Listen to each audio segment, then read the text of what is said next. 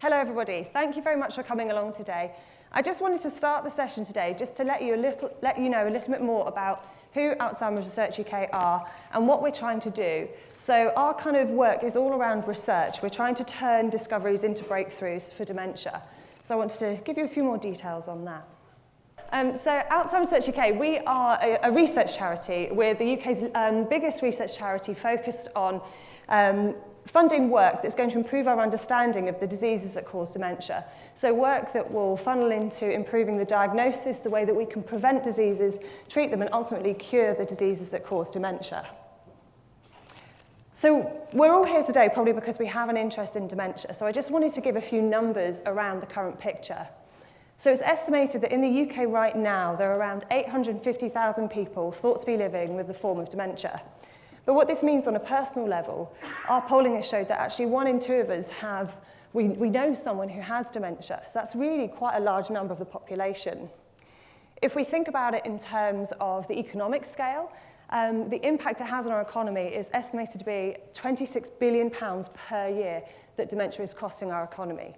And this isn't really a medical cost, it's more borne out in social care through changes in people's earnings as they become informal carers for loved ones. And this cost is huge. It's actually more than the cost of cancer and heart disease combined. However, when we think of research, compared to other disease areas, there is relatively less research going on into the condition. So we know that there is about 6 times more funding put into cancer research than there is put into dementia research. And this is something we're really set to change. So I think in my job, when I go out and about and I meet with people and talk to them, the question that I get asked the most is, what is dementia? What is Alzheimer's disease? And what's the difference between the two?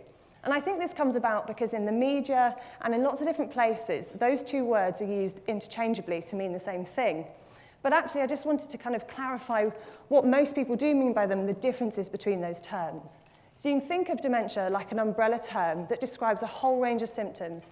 These can be changes in memory, changes in personality, it can be confusion, it can touch on so many different areas of a person's kind of brain function. But what causes these symptoms are different diseases, which you can see under the umbrella. And I think the reason that Alzheimer's and dementia get confused so much is because, as you can see in the big purple chunk on the pie chart, that is Alzheimer's disease. It's the most common disease causing dementia symptoms. But there are other diseases going on as well that can cause dementia symptoms, like vascular dementia, frontotemporal dementia, dementia with Lewy bodies, Parkinson's dementia, and too many actually for me to list. So we estimate there's probably over 100 specific different forms of dementia that can drive these symptoms.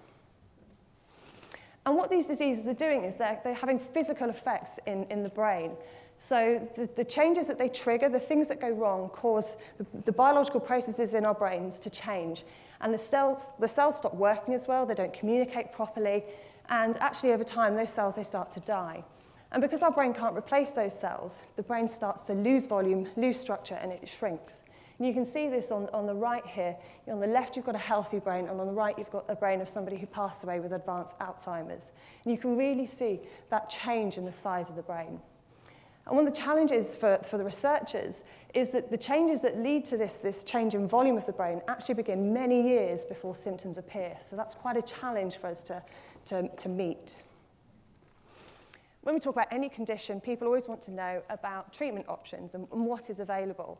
And there is some good news, because there are some drugs that are out there specifically for Alzheimer's disease, but also can be prescribed for other types of dementia as well. And they've got various different names, but the 4 main ones are donezepil, rivastigmine, galantamine, and memantine. And they have brand names as well, so you might know them by other names.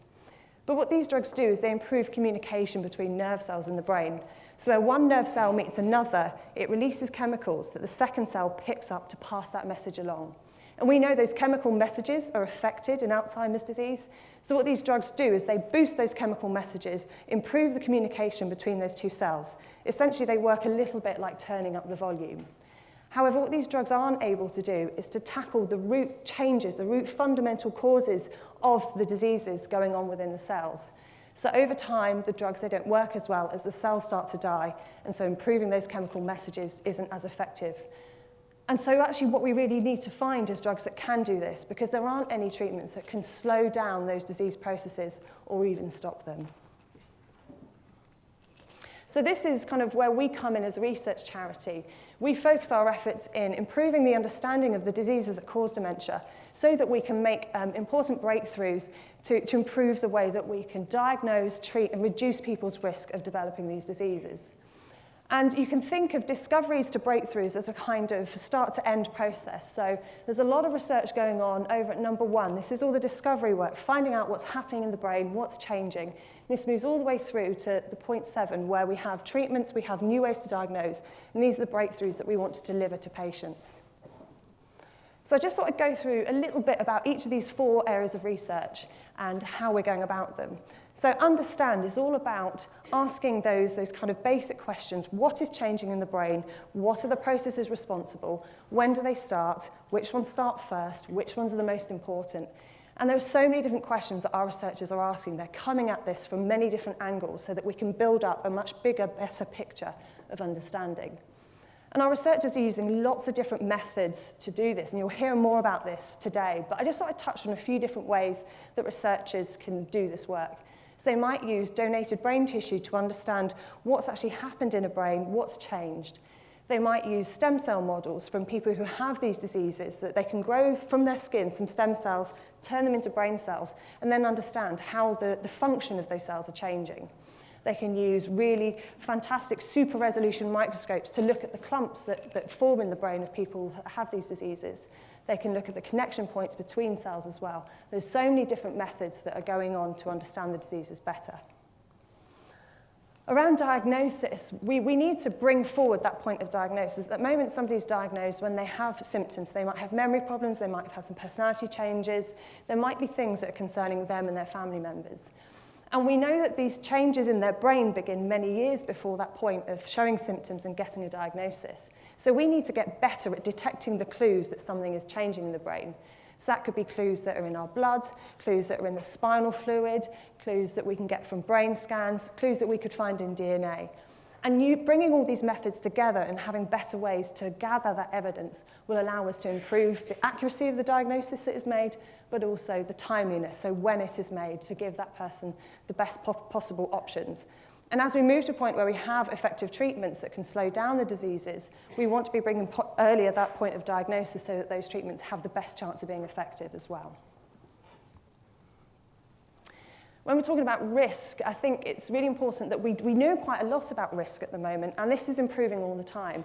So the biggest risk factor for dementia is our age, and unfortunately none of us have the ability to stop the clock and stop time. Also, things that we can't control are our genes. So we estimate that the risk borne out through risk genes can account for about 60 to 80% of somebody's risk for developing dementia.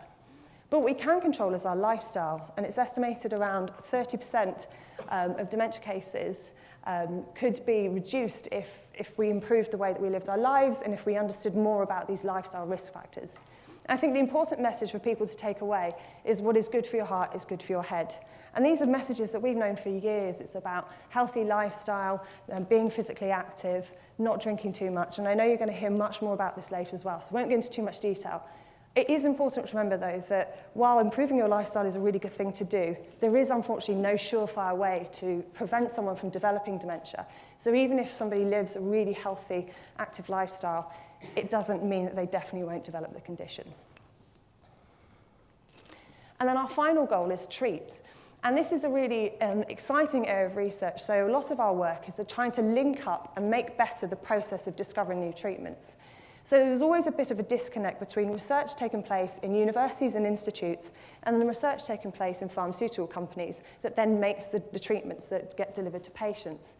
And so what we've done is we've tried to plug that gap. And you'll hear today from one of our researchers at one of these institutes, our drug discovery institutes, who are plugging that gap between academia and the pharmaceutical companies to make sure that the best discoveries are fast-tracked into potential treatments for dementia. There are a number of different ways that we do this work, but it is all about improving the quality of the research that's entering those early stage drug trials, improving the number of people that are doing that work, and making sure that more of it is happening. And the way that we fund research, so we fund research across the whole of the UK, and we have a research network of thousands of researchers that are doing this. And it's a really important way by bringing our researchers together into these networks, is that they can share their findings with each other, but also in days like today, they can share their work with the wider population, with the local community. And so it's a really great way for them to be able to get better at what they're doing, but also share the fantastic work they're doing too. Outside of the lab and the clinic, what else does the charity do? So one of our biggest areas of work is trying to tackle some of the misconceptions that you might hear and see about dementia. So I'm in our communications team, and a lot of our work is trying to counteract some of these headlines. So dementia and Alzheimer's, they're things that are in the media really frequently because it's something that people want to find out more about. We want to hear about the research. So the journalists know this, and they know that they can get front pages with some of these studies.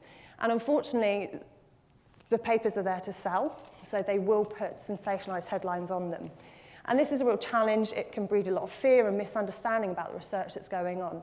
So if you do see a big headline and you're not really sure whether you can trust it, there are places you can go to get that information. So we in our press team at the charity, every time there's a big dementia research study, we will write up an expert kind of comment on that piece of research. So actually, was it a chocolate study? What did they do with that chocolate? Was it a compound from that chocolate? And did they just put it on cells? So really, can we extrapolate that far to say that eating chocolate will stop you getting dementia? In actual fact, we can't. So it's showing the reality of the research, what was done, and what it actually means for us. And if you're interested in seeing these, we put them all on our website, on the news page, and so you can check it out there. If you see something in the news and you think, I'm not too sure I can trust that, do check out our news page. We also go in for more information, like a deeper dive into some of these stories in our blog, dementiablog.org. So we'll cover new research that might be going on. So we've just started to fund a really exciting clinical trial that is looking at whether a cannabis-based medicine could help with some of the symptoms of agitation that people with dementia can experience. And so we did a blog about that, just to try and explain a bit more about why we were doing it and what it was actually about. We also provide free information. So as you came in through the door, hopefully you walked past me and the table. We have lots of different information booklets that we provide completely free. So you can pick them up today, you can call us up and order them, and they're a really good source of information, a trustworthy source of information. We're also really keen about getting people involved in research. So we run a dementia research info line where you can find out more about the research that's going on, but also how you can get involved. And one of the ways that you can get involved in research is through Join Dementia Research. So this is a fantastic initiative that was set up a few years ago. And it's a way for people interested in being involved in putting their hand up and saying, I'm here if you need me. And so your details go onto the database, and then researchers who have studies that they need to find people to be part of can go to the database, contact people who meet their criteria. And it's making the recruitment into these clinical studies a lot easier, and it's improving the number of studies that are going on. So these are just the current stats on the database. So we have just under 40,000 people on the database, and nearly 12,000 have enrolled into studies. So that's a really fantastic thing to see. It's helping people to take part in research that they might want to do. We also do a lot of campaigning and policy work. As a charity, we know that we are one voice, and we need to come together and make that voice as loud as possible to campaign to the government to do more. So currently, the government spends just 0.3 of the annual cost of dementia on research, and we're saying it's not enough. You need to do more. So we're calling them on the moment to put just 1% of the annual cost of dementia into research, and that will increase the capacity of the research community and make those breakthroughs come about quicker. We have a petition running at the moment, so we'd love it if you could sign it. I have some cards at the back so you can take it away with that information on it too. But this is all about holding the government to account and saying this is an important issue and this is what we think you should do. And as a charity, everything that we do is because of people supporting us. So I just want to say a massive thank you to anyone and everyone who has ever donated or raised money for us. Without that, we couldn't do anything that we do at the moment. There are lots of different ways that you can get involved. If you are interested, do come talk to me. We'd love to throw around some ideas. And with that, I think that's enough from me. Thank you very much for listening to me. And I think we're having questions at the end. Hope you enjoy the rest of the day and hearing about the wonderful research going on in Oxford.